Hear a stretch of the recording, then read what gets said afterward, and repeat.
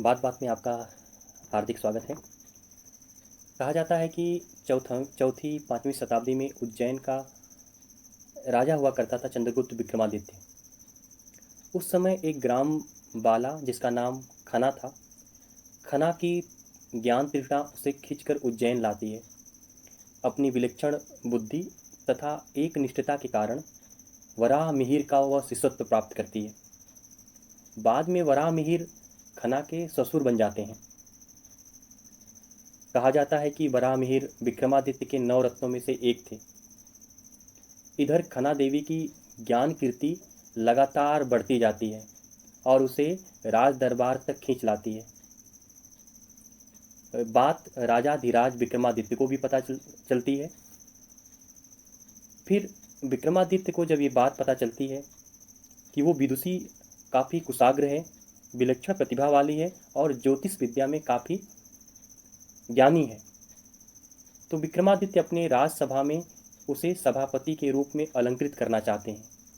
लेकिन उस दरबार में पहले से मौजूद पुरुष सभापति राजा के इस प्रयास को चालाकी से रोकने का काम करते हैं, ताकि कोई स्त्री उस सभा में सभापति के रूप में विराजमान न हो। दुर्भाग्य की बात यह थी कि पुरुषों की इस चतुराई में खना के ससुर यानी कि वराह मिहिर भी शामिल थे, क्योंकि वो तटस्थ थे। राजा विक्रमादित्य यह सब देखते हुए खना को सभा में प्रवेश तो देते हैं, लेकिन सभा सभा में सदैव मौन रहने के शर्त पर। इस तरह से खना का प्रवेश सभा में तो हो जाता है, लेकिन कुछ लोगों का कहना है कि खना की जिह्वा काट दी गई थी। कुछ ये भी कहते हैं कि खना अपने ससुर की लाज रखने के खातिर अपनी जिह्वा स्वयं काट ली थी।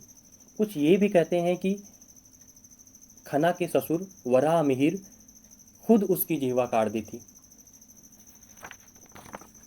इस कहानी के माध्यम से एक वैचारिकी निकल करके हमारे और आपके सामने आती है। वैचारिकी यह है कि वैचारिक अभिव्यक्ति से रहित स्त्री ही समाज को स्वीकार्य है।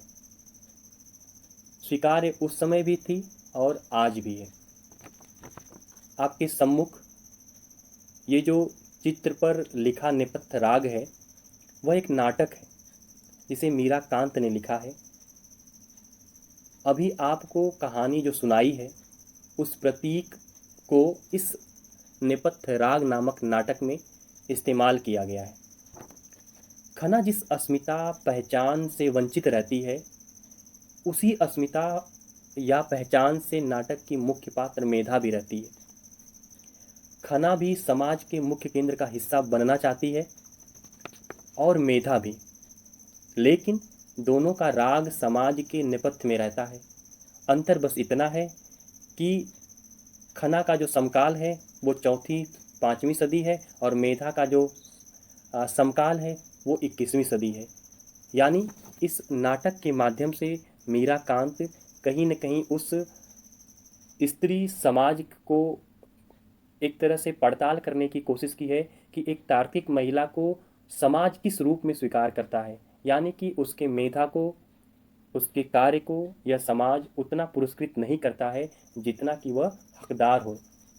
यदि कोई खना की जगह या मेधा की जगह कोई पुरुष होता तो शायद उसको उससे ज़्यादा सम्मानित होता, उससे ज़्यादा उसको अप्रिसिएट किया जाता। मेधा के भी कलीग जो होते नाटक में की जो मुख्य पात्र है मेधा, मेधा का भी कलीग या उसका समाज उसे उसकी कुशाग्रता, उसकी तत्परता, उसकी तार्किकता को नज़रअंदाज करती है। इवन कि मेधा के कलीग भी उसे उसकी बौद्धिकता को दरकिनार करने की कोशिश करते हैं। तो एक तरह से मीरा कांत ने नेपथ्य राग के माध्यम से यह ढूंढने की कोशिश की है कि महिला जब चौथी पाँचवीं सदी में थी तब भी वो समाज के केंद्र में आना चाहती थी। उसे यह समाज, खास तौर से पुरुष वर्ग, तब भी नहीं स्वीकार किया और आज भी उसे स्वीकार नहीं करता है। तो आज के बात बात में ज्ञान में बस इतना ही। अगली बार किसी और कहानी, नाटक और उपन्यास को लेकर प्रस्तुत होंगे। तब तक के लिए नमस्कार। जाते जाते एक बात और छूट गई थी, आपसे कहना था कि नेपथ्य राग को यूजीसी यानी कि अब जो है एनटीए परीक्षा कराती है, नेशनल टेस्टिंग एजेंसी। तो उस नेशनल टेस्टिंग एजेंसी यानी कि नेट हिंदी के जो नवंबर 2020 में पेपर हुआ था, उस पेपर में इस नेपथ्य राग को पूछा गया है। ख़ास तौर से हिंदी में बहुत कम महिला हैं या स्त्री लेखिका हैं जो नाटक लिखती हैं। उनमें से गिनी चुनी एक हैं जो मीरा कांत भी हैं, जो अपने तरह की एक अनूठी रचनाएं नाटक हिंदी साहित्य को दे रही हैं। तो एक बार फिर आपसे विदा लेते हैं। नमस्कार।